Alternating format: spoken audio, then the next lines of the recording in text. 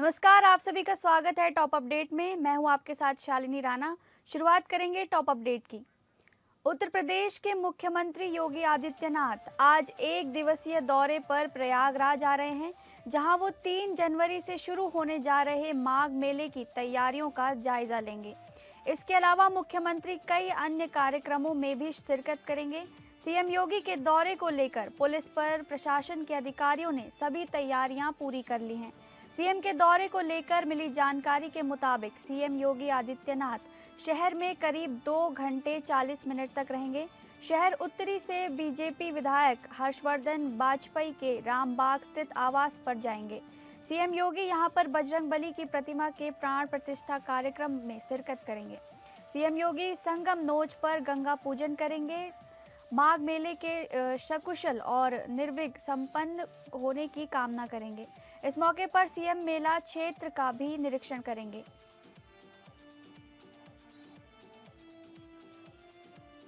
राजधानी दिल्ली में हुए ब्लास्ट के बाद यूपी एटीएस अलर्ट मोड में है। प्रदेश भर के मदरसों की जांच की प्रक्रिया शुरू करते हुए एटीएस ने बांदा जिले के मदरसों में पढ़ाने वाले मौलवियों, प्रबंधकों और छात्रों की विस्तृत जानकारी मांगी है। इसके लिए एटीएस की ओर से जिला अल्पसंख्यक अधिकारी को आधिकारिक पत्र भेजा गया है। पत्र मिलते ही जिले के अल्पसंख्यक विभाग ने सभी मदरसों का डेटा खंगालना शुरू कर दिया है।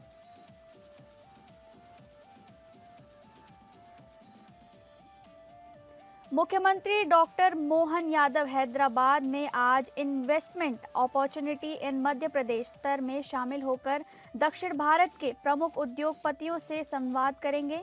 इस स्तर का उद्देश्य ग्रीन एनर्जी, आईटी, आईटीएस एवं एसडीएम सेक्टर में मध्य प्रदेश में निवेश के अवसरों को प्रस्तुत करना है। मुख्यमंत्री डॉक्टर यादव प्रदेश में बड़े औद्योगिक निवेश आकर्षित करने के लिए उद्योगपतियों से चर्चा करेंगे। इस स्तर में उद्योग समूहों को मध्य प्रदेश की नीतियों, आधारभूत संरचना और निवेश के अवसरों की जानकारी दी जाएगी। श्रम सुधारों की दिशा में बड़ा कदम उठाते हुए केंद्र सरकार ने संसद से 5 साल पहले पारित चारों लेबर कोड को लागू करने की अधिसूचना जारी कर दी। इसमें गिग वर्कर्स समेत श्रमिकों के हित के लिहाज से यूनिवर्सल सामाजिक तथा स्वास्थ्य सुरक्षा देने, सभी कर्मचारियों को अनिवार्य रूप से नियुक्ति पत्र देने, सीमित अवधि के लिए कॉन्ट्रैक्ट कर्मचारियों को भी स्थायी कर्मचारियों जैसी सुविधा देने जैसे अहम प्रावधान किए गए हैं। इतना ही नहीं, अब ग्रेजुएटी के लिए 5 साल तक की नौकरी की न्यूनतम अनिवार्यता नहीं रहेगी, बल्कि 1 साल की नौकरी के बाद ही कर्मचारी ग्रेजुएटी लाभ पाने का हकदार हो जाएगा। ओवर टाइम का भुगतान के लिए नियम समेत श्रमिक तथा कंपनियों दोनों के हित में कई बदलाव हैं। लेबर कोड का हिस्सा दिल्ली शराब नीति से जुड़े मनी लॉन्ड्रिंग के मामले में राउज एवेन्यू कोर्ट में आज सुनवाई होगी। कोर्ट ईडी द्वारा दाखिल चार्जशीट पर संज्ञान लेकर सुनवाई कर रहा है।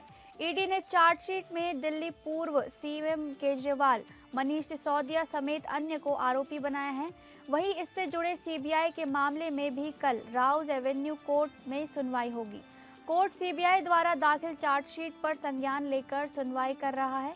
सीबीआई ने चार्जशीट में दिल्ली पूर्व सीएम केजरीवाल, मनीष सिसोदिया समेत को आरोपी बनाया है। हरीश रावत को लेकर धर्मपुर से भाजपा विधायक विनोद चमोली ने बड़ा बयान दिया है। विनोद चमोली ने कहा कि उनका पसंदीदा क्षेत्र वही है जहां मुसलमान ज्यादा रहते हैं। विनोद चमोली ने कटाक्ष करते हुए कहा कि मुल्ला हरीश रावत भी कहते हैं। उन्होंने कहा कि आज़ाद कॉलोनी में सबसे ज़्यादा मुस्लिम रहते हैं, तो हरीश रावत भाजपा में आए, मैं उनको आज़ाद कॉलोनी का बूथ अध्यक्ष बना देता हूं, क्योंकि वो उनकी पसंदीदा जगह है और सबसे मुफीद जगह है।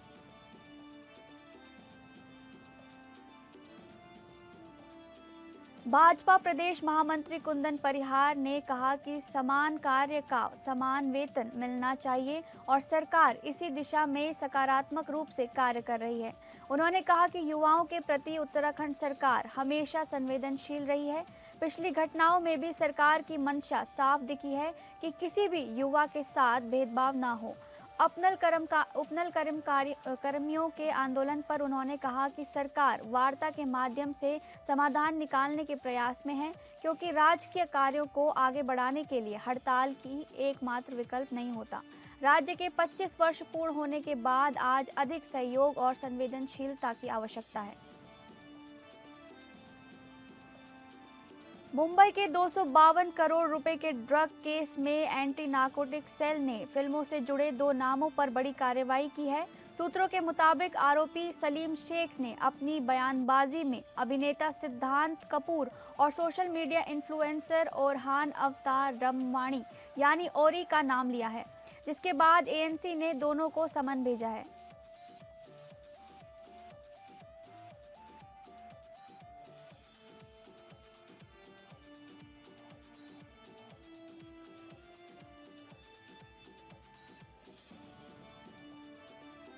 महाराष्ट्र के नासिक मालेगांव के डोंगराले में मालेगांव तालुका के डोंगराले गांव में 3.5 साल की मासूम बच्ची के साथ बर्बरता की घटना सामने आई है।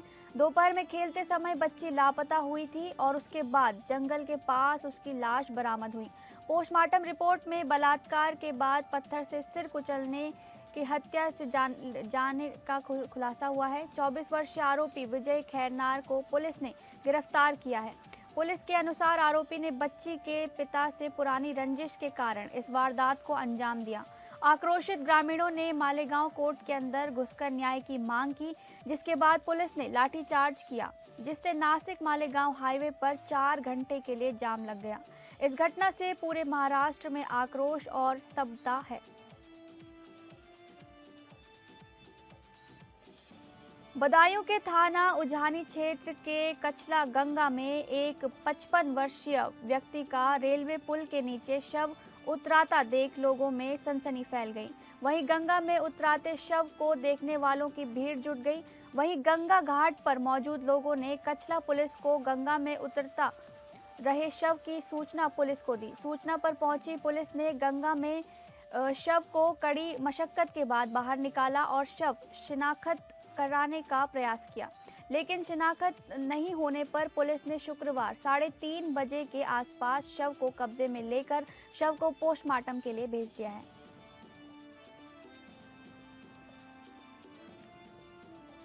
सट्टा कारोबारी का वीडियो सोशल मीडिया पर काफी तेजी से वायरल हो रहा है, जहां करहल में खुलेआम चल रहे हैं सट्टा कारोबार। सट्टा कारोबारी लाखों रुपए की करता है खाई बाड़ी। बताया जा रहा है कि इलाके की पुलिस की मिलीभगत से ये अवैध कारोबार चल रहा था। एसपी के सख्त निर्देश के बाद भी करहल में ये सट्टे का खेल जारी है।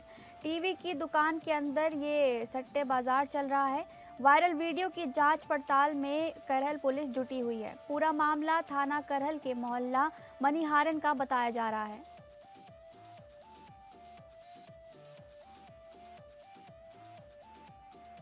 राज्य सरकार की महत्वाकांक्षी योजना आपकी सरकार आपके द्वार कार्यक्रम का शुभारंभ शुक्रवार 21 नवंबर से हो रहा है, जो 15 दिसंबर 2025 तक चलेगा। उपायुक्त अजय नाथ झा ने बताया कि सभी तैयारियां पूरी कर ली गई हैं तथा पंचायत और नगर क्षेत्रों में शिविर लगाने का विस्तृत शेड्यूल जारी कर दिया गया है। शिविरों की मॉनिटरिंग के लिए जिले के वरीय अधिकारियों को पर्यवेक्षक पदाधिकारी नियुक्त किया गया है। चास के लिए उप विकास आयुक्त शताब्दी मजूमदार, चंदन किरारी के लिए एसडीओ प्रांजल डांडा, जरीडीह के लिए अपर सहमार्ता मुमताज अंसारी, पटेरवार के लिए डीटीओ मारुति मिंज, नावरडीह के लिए एसडीओ मुकेश मछुआ, बेरमो के लिए जिला आपूर्ति पदाधिकारी शालिनी खलको, कसमार के लिए भू अर्जन पदाधिकारी द्वारका बैठा, चंद्रपुर के लिए डीपीएलआर निदेशक मेनका तथा गोमियों के लिए डीपीआरओ शफीक आलम को जिम्मेदारी दी गई है।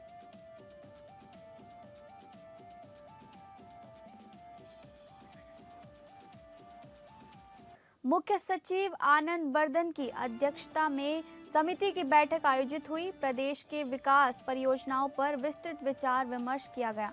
बैठक में कुल 7 परियोजनाओं को स्वीकृति प्रदान की गई। मुख्य सचिव ने समयबद्धता और बेहतर गुणवत्ता सुनिश्चित करने के निर्देश दिए। यूआईडीबी के हरिद्वार रोड़ी बेलवाला और सतीकुंड क्षेत्र के विकास प्रोजेक्ट को मंजूरी मिली। ऋषिकेश में आस्था पथ सौंदर्यीकरण परियोजना को भी स्वीकृति दी गई। देहरादून केमाड़ी लंबीधार सड़क को इंटरमीडिएट लेन में अपग्रेड करने को भी मंजूरी मिली है। देहरादून में महाराणा प्रताप चौक से 6 नंबर पुलिया तक चौड़ीकरण को मंजूरी मिली है।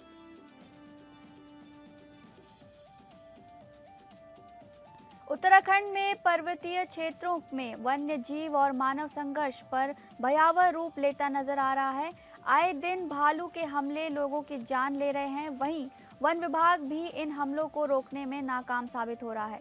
इसके चलते कांग्रेस द्वारा देहरादून के वन मुख्यालय में प्रदेश अध्यक्ष गणेश गोदियाल के नेतृत्व में घेराव किया। वहीं प्रदर्शन के दौरान कांग्रेस प्रदेश अध्यक्ष ने वन मुख्यालय के बाहर नकली बंदूक लहराने का काम किया, जिसको भाजपा ने निंदनीय बताया। भाजपा प्रदेश प्रवक्ता कमलेश रमन का कहना है कि कांग्रेस के नवनियुक्त प्रदेश अध्यक्ष हिंसा को बढ़ावा देते हुए बंदूक लहराकर इस प्रदेश में युवाओं को हिंसा की तरफ धकेलने का काम कर रहे हैं। हिंसा की बात कर कानून से खिलवाड़ कांग्रेस की पुरानी आदत है। रोनिया थाना क्षेत्र में चल रही है बड़ी कार्यवाही। प्रतिबंधित कफ सिरप की बड़ी खेप बरामद हुई है, जिसकी पुलिस और खाद्य औषधि विभाग की टीम जांच कर रही है। कोडिन युक्त कफ सिरप बेचने वाले सरगना का हो सकता है बरामद प्रतिबंधित कफ सिरप। कोडिन युक्त कफ सिरप के फर्मों पर हो रही कार्रवाई के दौरान पकड़ी गई प्रतिबंधित सिरप। गोदाम का ताला तोड़ जांच के लिए टीम अंदर घुसी थी। जानकारी के अनुसार बरामद की गई कोडिन युक्त कफ सिरप और एक्सपायरी फैसाडील की कीमत लगभग 2 करोड़ रुपए एक की गिरफ्तारी हो चुकी है, जिसके खिलाफ मुकदमा दर्ज कर जांच जारी है।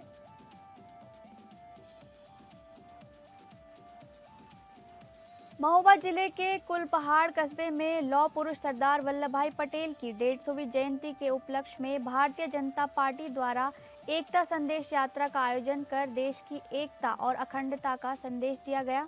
यात्रा का नेतृत्व उत्तर प्रदेश सरकार के राज्य मंत्री स्वतंत्र प्रभार धर्मवीर प्रजापति ने किया। यात्रा में शामिल स्कूली बच्चों, भाजपा कार्यकर्ताओं, पदाधिकारी सहित कस्बा के लोगों का बुलडोजर से पुष्प वर्षा कर जोरदार स्वागत किया गया।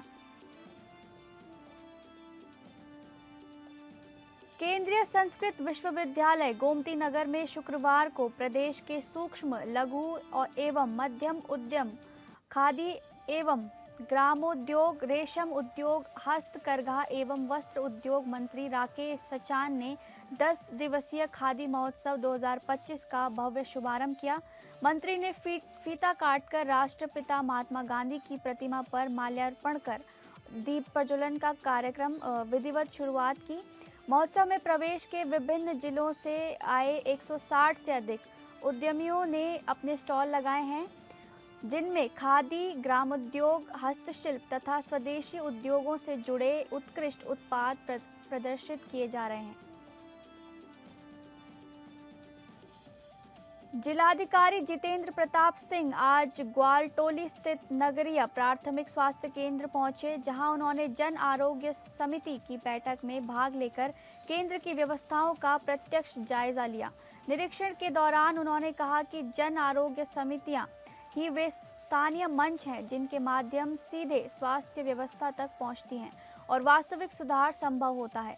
जिलाधिकारी ने बताया कि प्रत्येक नगरीय प्राथमिक स्वास्थ्य केंद्र को 2.50 लाख रुपए की वार्षिक धनराशि उपलब्ध होती है, जिसके जरिए केंद्रों पर छोटे लेकिन जरूरी विकास कार्य समय से पूरे किए जा सकते हैं।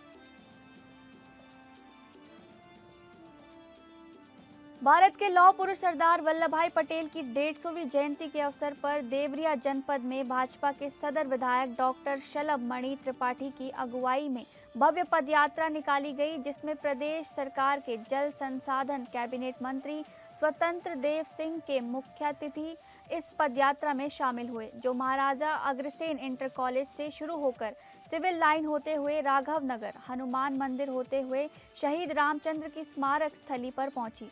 इस भव्य पदयात्रा में सैकड़ों भाजपा नेताओं व कार्यकर्ताओं के साथ बड़ी संख्या में एनसीसी छात्रों ने प्रतिभाग लिया। देवरिया जिले के खामपा थाना क्षेत्र के सरिया गांव में बाइक सवार बदमाशों ने 20 वर्षीय युवक को गोली मारकर गंभीर रूप से घायल कर दिया।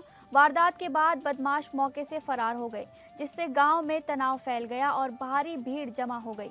सरिया गांव निवासी जाहिद अंसारी पुत्र दिलशेर अंसारी किसी काम से गांव के पास गए थे। इसी दौरान बाइक पर सवार 3 युवक वहां पहुंचे। उन्होंने पहले जाहिद से विवाद किया और फिर पेट में गोली मार दी, जिससे वह लहूलुहान होकर जमीन पर गिर पड़ा। गोली चलने की आवाज सुनकर ग्रामीण मौके पर पहुंचे और घायल युवक को तुरंत प्राथमिक स्वास्थ्य केंद्र भाटपार रानी ले गए, जहां चिकित्सकों ने प्राथमिक उपचार गंभीर हालत को देखते हुए उसे महर्षि देवराहा बाबा मेडिकल कॉलेज देवरिया रेफर कर दिया।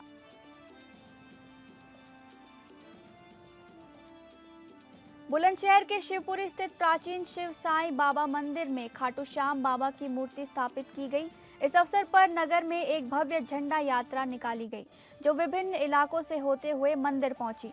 इसके बाद विधि विधान से मूर्ति की स्थापना की गई। मूर्ति स्थापना से पहले मंदिर में 3 दिनों तक बाबा श्याम की विधि विधान से पूजा अर्चना की गई। शुक्रवार को मूर्ति स्थापना के लिए नगर में निशान यात्रा निकाली गई। ये यात्रा नगर के विभिन्न इलाकों से गुजरी, जहां भक्तों ने संकीर्तन किया और भगवान श्री राधा कृष्ण के भजनों पर जमकर झूमे। यात्रा के दौरान जगह जगह फूलों की वर्षा की गई। राजधानी में हवा की गति तेज होने से हवा थोड़ी साफ हुई है, लेकिन इससे निवासियों को राहत नहीं मिली है। आज भी हवा बेहद खराब श्रेणी में बरकरार है। कुछ इलाकों में AQI 400 पार बढ़ गया है, जिससे दिल्ली की हवा गंभीर श्रेणी में मानी जा रही है। इस कारण लोगों की स्वास्थ्य समस्याएं भी बढ़ रही हैं। लोगों को सांस लेने में दिक्कतों का सामना करना पड़ रहा है।